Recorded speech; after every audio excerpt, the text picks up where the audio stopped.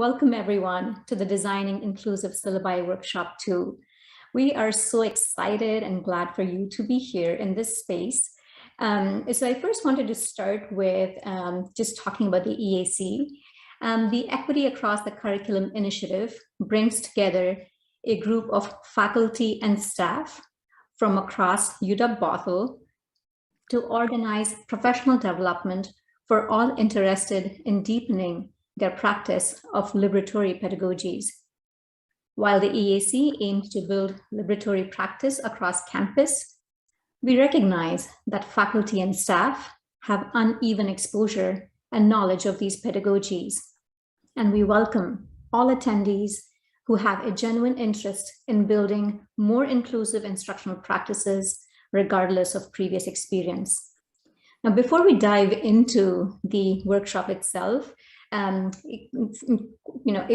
few quick acknowledgements. We wanted to say a quick thank you to Sharon Jones, Vice Chancellor of Academic Affairs, for giving us the opportunity to do these EAC events and workshops, and Cinnamon Hilliard for her advice and guidance along the way, and Natasha Merchant and other members of EAC for their help with developing these workshops, and Richie Mayers and Henry Nugent for all their logistical help. Okay, well, everyone, an invitation for you to share your own name, your school department, campus, and really checking in and seeing how you're doing. So please use the chat feature and an invitation to do that. My name is Sarita Shukla, and I'm an assistant teaching professor within the School of Educational Studies. Jason? Hi, Jason Morse. I am a part-time lecturer in IAS and FIP primarily. Hey. Oh, sorry. I'm going over just the goals and agenda for today. Today's workshop is the second in a series of 3 that focus on designing syllabus that are inclusive of learners with a wide variety of learning styles and abilities and social positions and identities and comfort levels in the university by using student-focused and supportive rather than adversarial or punitive language. That our focus was really on language and power in the syllabus. So the first workshop was focused on some introductory reflection on the topic, and the second one continues our collaborative reflection and sort of definitional work together, and starts to think about some concrete ways to apply some common principles for designing inclusive syllabi. And then the third will be a peer review of your revised or parts of your revised creative syllabi that sort of that will culminate in a discussion that we'll have on March 4th, the final Zoom meeting we'll have. And we'll go over that procedure more specifically at the end of today's workshop. So our agenda for today, we've organized around 2 main activities. Both involve short free writes or self-reflection, and then sort of followed by breakout rooms, group reflection, and whole discussion. The first one, like I said, is focused more on, or focus a little bit on continuing our collaborative definition of what inclusive syllabi is. And then we also sort of thought that would be a good way to review or bring up some of the concepts and discussions we had in the first workshop for those that were here, to refresh the minds of those that were there, and then also to introduce some of these ideas to people that couldn't make the first one. And then the second activity will focus on applying and adapting these principles for hopefully thinking about them for each of our own syllabi. And we're using this 6 principles of inclusive design or of inclusive syllabi that I'm borrowing from UMass Amherst. And I'll talk through a little bit of that when we get to the second one. And then, I also wanted to announce to everyone that our next EAC event is a student panel by the supporting trans and non-binary students. There'll be a student panel discussing classroom and campus experiences and the role of instructors and staff and community, campus community in creative inclusion and exclusion environments. And that is on February 11th at 11 a.m. Yeah, and now Sarita is just going to go over our Zoom procedures, and I'll talk about the community agreements. So thank you, Jason. So just a quick, I really appreciate that most of us have our cameras on. So, video on if that's possible for you to do so. And then using the rename function, and I think I would want to do that on my own end.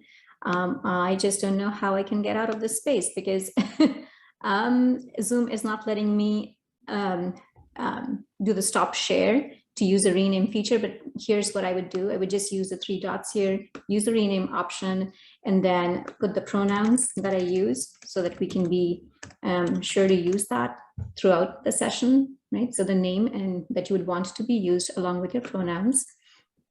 And then the other feature that we find helpful is the use of the gallery view. And so you can find it on the top right corner of your screen, so to see all the participants in this meeting. Any questions, anything that's coming up for you, an invitation to use the chat feature throughout the session. Jason and I will toggle between the two of us, and we'll be monitoring the chat and engaging with you all that way as well.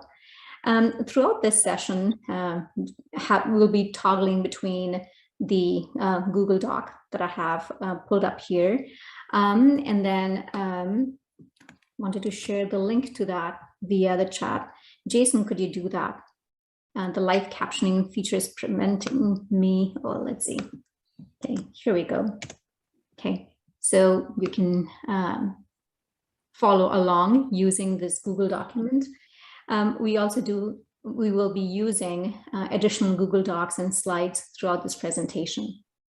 Okay, Jason, you want to talk about the community agreement? Yeah, so in our first workshop, we did this activity where we listed the community agreements and sort of, voted on them with the +1. So for this workshop, we just wanted to show you these and allow you to sort of add to them or comment on them as you like. And yeah, I think that was our only sort of, yeah.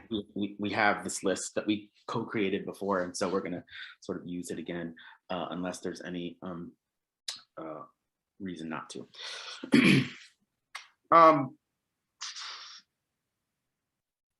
Yeah, so I guess we'll just go into activity 1 now, unless there's questions or comments. Yes. Okay, so folks have had a chance to look at it, and then add additional ones if they would want to do so. Okay, right. So then let's go ahead and let's get into the first activity. So the first activity is truly an opportunity to do a deeper dive in and think about defining inclusive syllabi. Now, the question then comes, why definitions, right? So I'm going to read from Ibram Kendi, How to Be an Anti-Racist. And I really like how he articulates this. So I'm just going to read an excerpt from that book. And he says, definitions anchor us in principles. This is not a light point. If we don't do the basic work of defining the kind of people we want to be in language that is stable and consistent, we can't work towards stable, consistent goals. Some of my most consequential steps towards being an anti-racist have been moments when I arrived at basic definitions. So with that, an opportunity to first take a couple of minutes and just think about your own definition of an inclusive syllabi. So why do we need syllabi apart from university requirements, right? What is the purpose of my syllabus? So you can just articulate that, thinking about your own reasons for creating that syllabi. And how would I define an inclusive syllabi?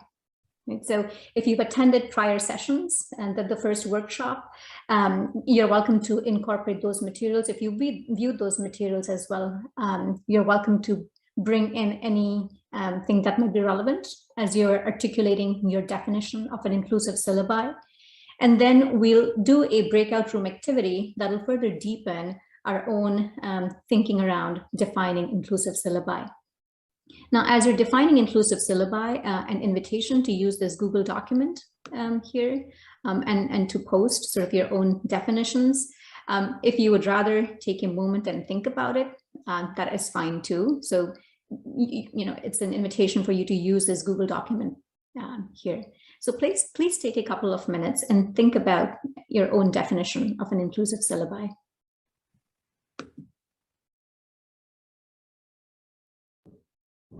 Okay, so let's go ahead and let's do this next. So we've started with thinking about our own definitions of an inclusive syllabi. Now we'll take this activity further and to really start to deepen our thinking about an inclusive syllabi. And so we'll do this activity in small groups. Some questions that we can just wrap our heads around. What are my assumptions about learners in the class? Who are my students? Who is the average student for whom I designed the syllabus? What does it mean for my classes to be academically rigorous? And is my definition practice of rigor working against equity? So you can add your own questions and as you're thinking about your own definitions and creating your own group definitions of inclusive syllabi. Now, while you're doing this activity, please assign in your small groups, assign one person to be a scribe and to take notes on your own Google slide. So each breakout room will have their own slide. So if you could just have one person take on the role of a scribe, and then also have one person be ready to share sort of the big ideas that were discussed in your small group with the larger group. So we'll take about 15 minutes to really wrap our heads around the definition of an inclusive syllabi. Okay. Was that just me, or did that really feel like the 15 minutes just went by too quickly?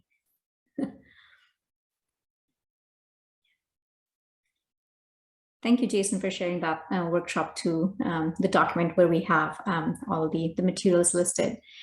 So at this point, an invitation for the different groups to share sort of the big ideas discussed, ways in which you were really grappling with the questions or came up with your own questions around the definition of an inclusive syllabi. And I would not want to call folks in particular orders, who, whichever group would like to go first.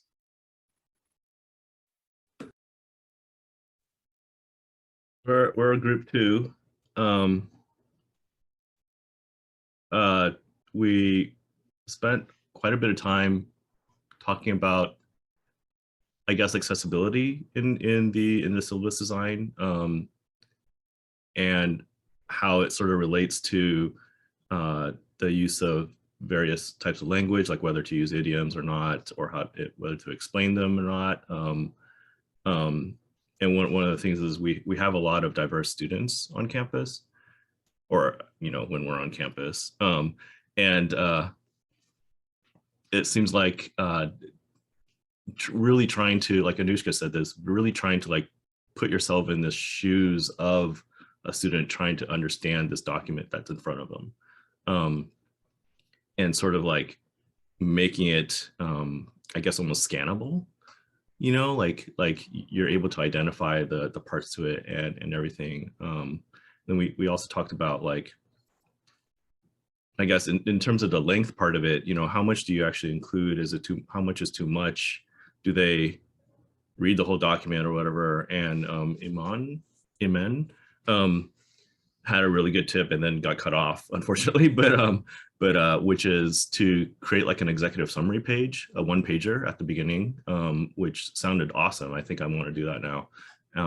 And just like, I guess, an overview, I would guess, so she got cut off, but an overview of the whole document. And then if you want to delve into more details, you can keep reading further and everything. And I thought that sounded really good. Am I forgetting anything, anyone? You already said it all, Mark. Thank you. And it's Eman. Yeah, thanks.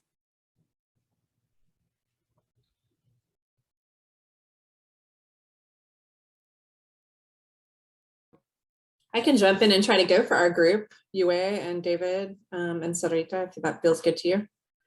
And definitely please jump in. I actually think I was just reading back through the prompts again and realized we didn't really get to the rigorous piece, and I hope I want to tackle that at some point too. But anyway, I think we spent a lot of time talking about our assumptions and how there are, that it's really on us to know and understand, you know, who our students are. And for me, as somebody who's actually not faculty, but is going to learn very quickly how to be a faculty on record, that means I have to ask, you know, around people who do know faculty, people who do know students, student affairs, advisors, faculty who work with students day in, day out. We also talked a lot about how do you balance creating entry points for students to actually be a part of kind of syllabi and learning experience co-creation. And some of the challenges of that being, right, you know, that students really have enough on their plate as it is. They really want scaffolding. They really want structure, but we really want them to have agency. Yue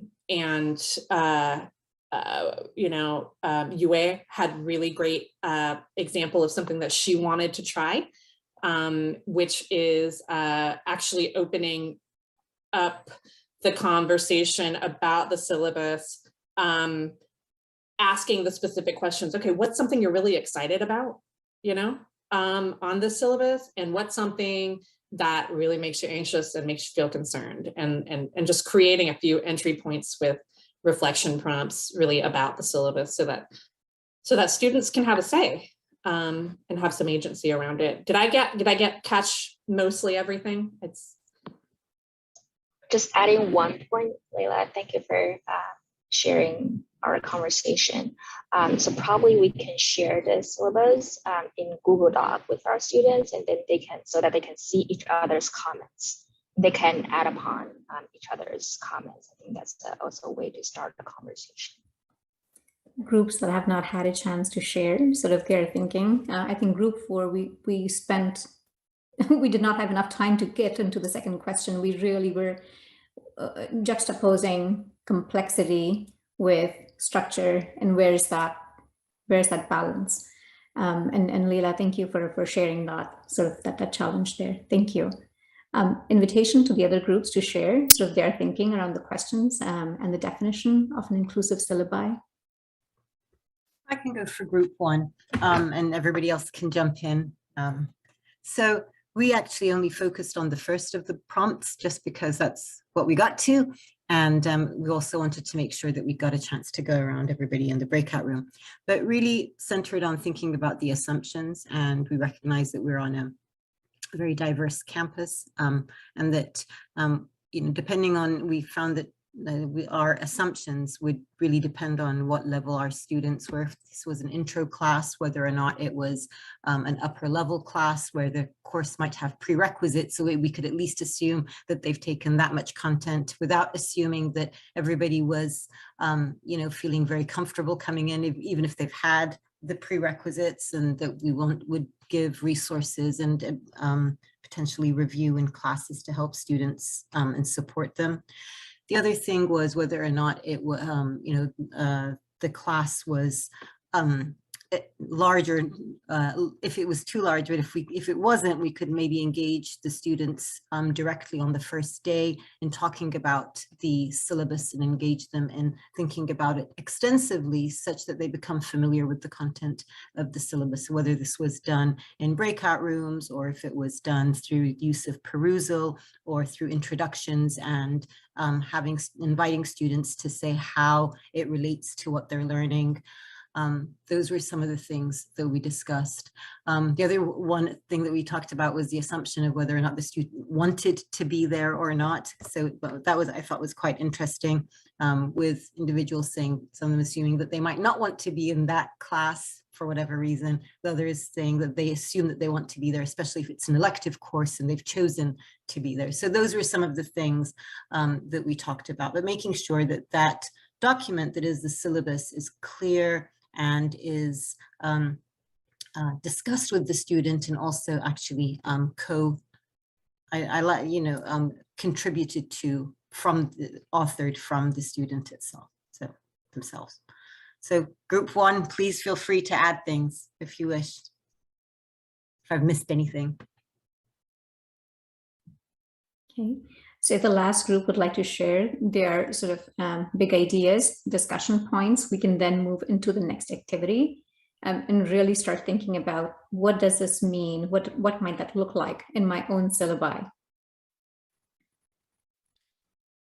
Okay, I can share some things from my group and group members. We, like the other groups, it seems, spent like 95% of our time on the first question and likely could have spent more time. We were kind of going in and out of this, thinking about what does average student mean, and then within that, then there are just assumptions. So it's easy just to kind of go in and out of those kind of two questions.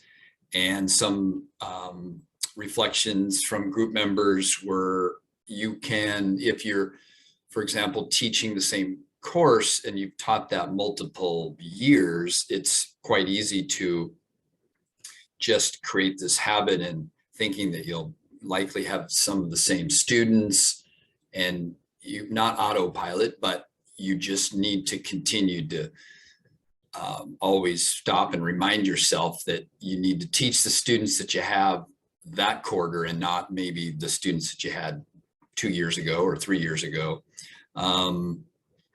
Also, if you've taught, when you're teaching the same course and then you've added a brand new course, then it's also kind of a shock, if you will, that you have to really rethink your syllabus and rethink the learners in your class, because it's a brand new class.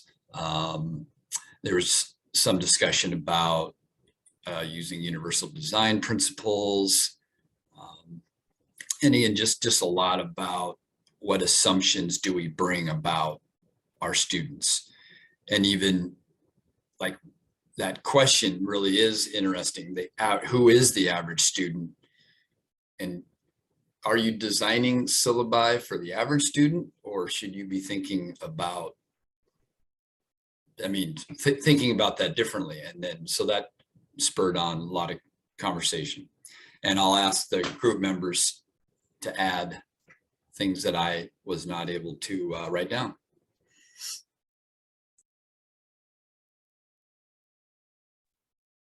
Thank you, John. That was great. And about the average, I made a point about feedback.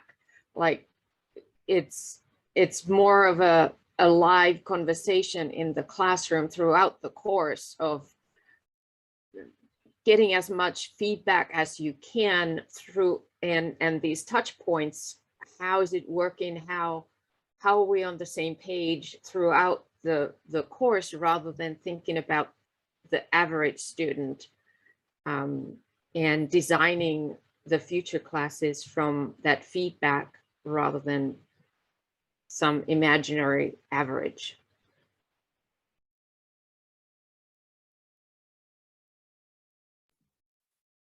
I always enjoy these conversations, and I've always been thinking about this, but John here, Maxim, teach the students that you have and not the students that you had in the past quarter. Maybe I should have a sign somewhere on my door, but that's a wonderful way to really start thinking about this question about assumptions that we have, even when we create our syllabi, and who that average student is in our classes.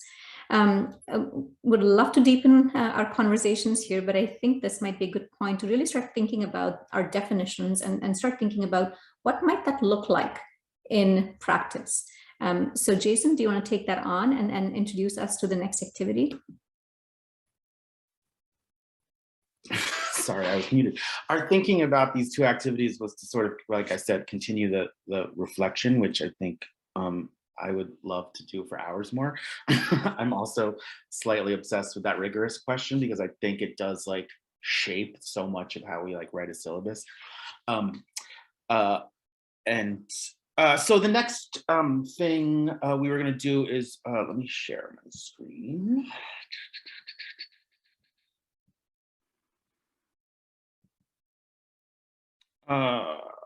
Yeah, is starting to use some sort of concrete principles about, oops, sorry, to think through how to actually do that work. I wanted to preface this by just saying that, like, yeah, there were many of these sort of handouts on the internet about these guiding principles that varied from like 5 to 12, but that most of the ones that had more of them were sort of breaking down some of the ones that are in this list of 6. And we sort of chose this one because they were focused on language and course policies. And obviously, you know, focus on 6. Just briefly, we thought the 3rd and the 6th one, UDL and accessible design, are sort of things that we can sort of work on as we go. And there's a lot of resources and support on most of the UW campuses for these things, and there'll be links about that in the week or workshop 3 instruction guide that we'll talk about in a little bit. And then 1 and 2 also were, you know, really important, like the learning focus versus content focus and the essential questions, and those sort of work together, I think, right? To organize around big questions is to be more learning rather than content focused, which I think is, you know, and those are related to the UDL stuff too. So the focus we're gonna do today, and I'm just gonna sort of course, we're running low on time as we always are in these workshops. But our focus from the start has really been about thinking about language and power in the syllabus, and the syllabus as a sort of, you know, form of power, but also sort of representing the way we sort of think about power in the classroom. So that we really focused on language and supportive course policies, which is what we'll think about today. And I feel like the conversation we just had sort of segue really well into these. And also in the last workshop, as far as the inclusive motivating language, we talked, I think, a lot about the way that some of the guidelines were authoritarian and adversarial. I left thinking more and more about that after that workshop, about how that works to really socialize, like that language, the authoritarian language in a syllabus is going to be part of the socialization of our students into these sort of, this, you know, into subjects in the institution, right? Or like what I'm calling docile classroom bodies after Foucault, right? Which I also was just thinking about how that also is assuming a kind of, you know, banking knowledge or banking teaching, which we're all sort of trying to like use active learning to get away from. But, you know, that sort of authoritarian language is at least assuming that sort of relationship and dynamic between the professor or the instructor and the students that I think leads to that kind of banking method sort of thing. Not that I don't think, you know, we're doing that. I think that, like, my point here is that that language is sort of setting up that in some certain ways. So that's why we, I think our conversation started about language and power along, you know, in those lines and how that. And then the supportive course policies were just about being explicit, I think, to students about how you can support different kinds of students and giving them resources, both your own and also resources for the campus, and what we can add to the syllabus and how we can add things to the syllabus that that does show support. I mean, in certain ways it becomes a list, but sometimes I think those lists are useful for students. At least they're sort of maybe seeing themselves represented in certain ways.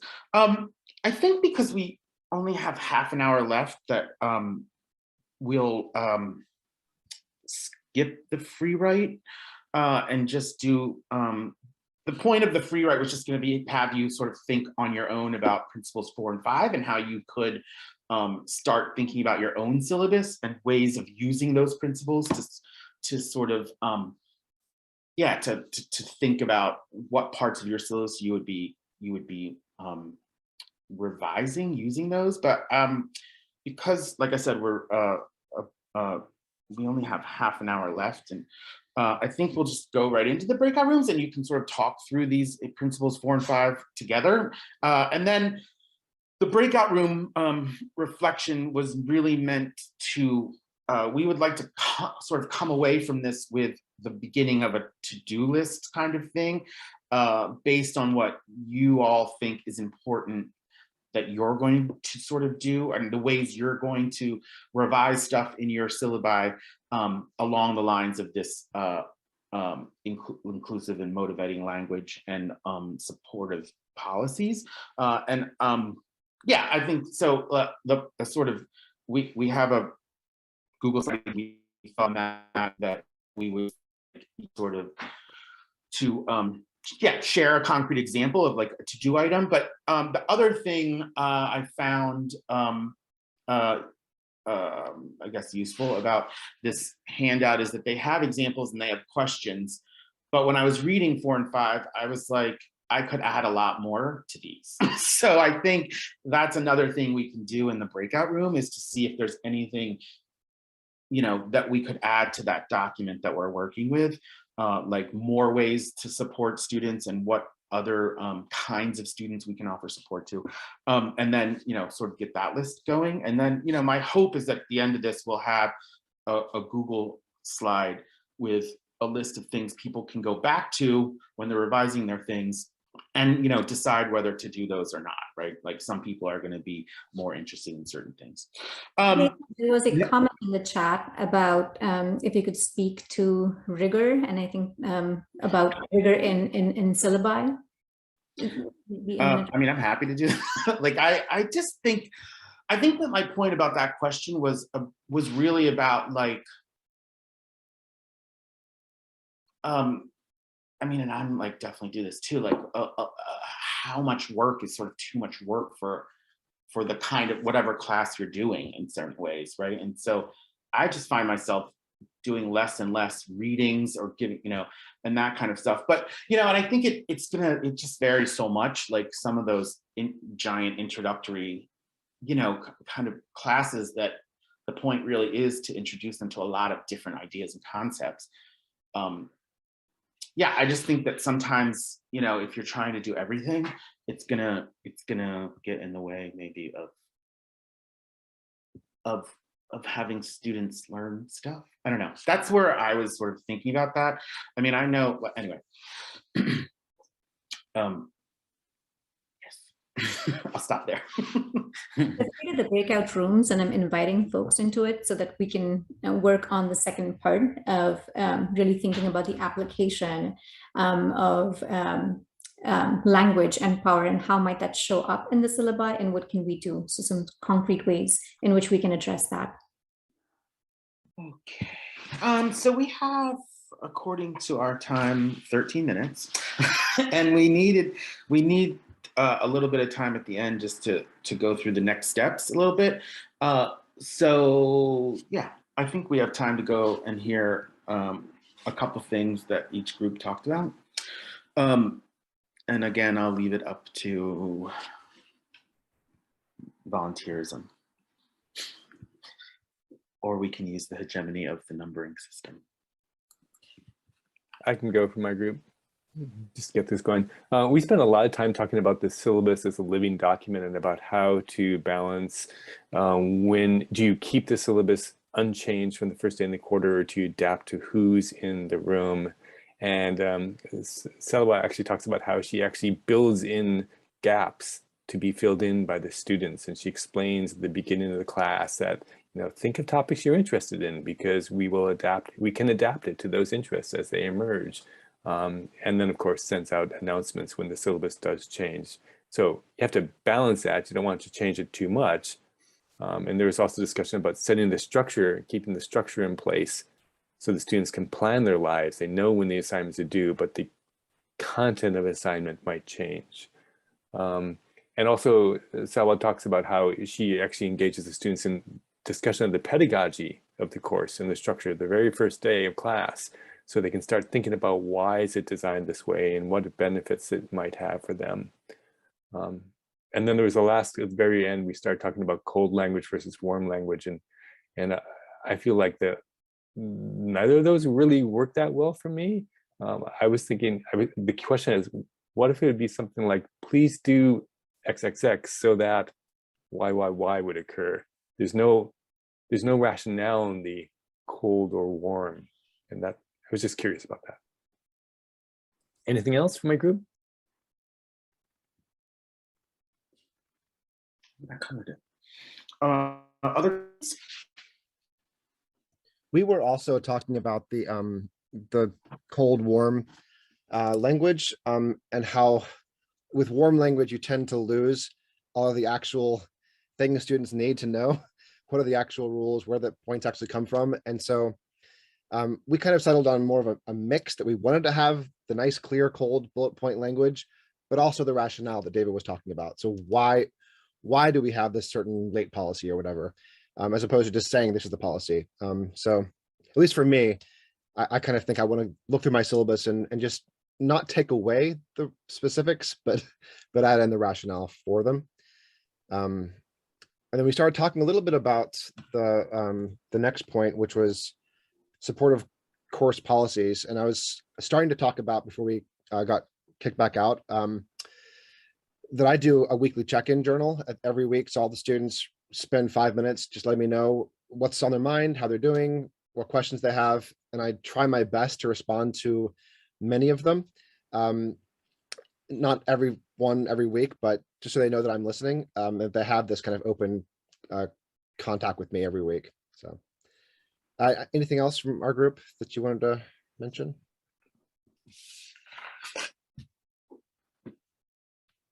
All right.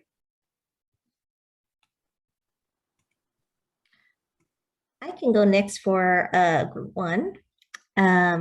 So for group one, we focus a lot also as well on welcoming language, genuine invitation versus demand and expectations. And an example of that is, so unfriendly or cold could be like, if you need to contact me outside of office hours, you may email me, versus I welcome you to contact me outside of office hours. So just that quick change, right? Versus you a bother to me, so if you need me, right, contact me, versus hey, you should be contacting me. I welcome that. So just quick changes like that. Even student hours versus office hours. Oftentimes I hear my students oh, office hours, I think you're working me. So I was no, those are for you, student hours. So things like that, just quick language changes. We also talked about, one of our group mates brought up a great thing to think about, is that, maybe our classes aren't truly designed for all students because of the content, right? Especially when thinking about some of our very sensitive topics, when we're really deep diving into social justice and inclusion and equity, right? Maybe, some of our courses aren't really going to be the best spaces for all of our students, right? Is there a way to say that on the syllabus? Is there a way to say that on the course description? When you are working with curriculum teams on approval and stuff. So that just brought up something for me to think about, as well. So I appreciated that point from the group, one of our group mates. But yeah, that's what we kind of mostly talked about, is thinking about tone and invitation versus demand in our group. Thank you. I think we have one more group. Yeah.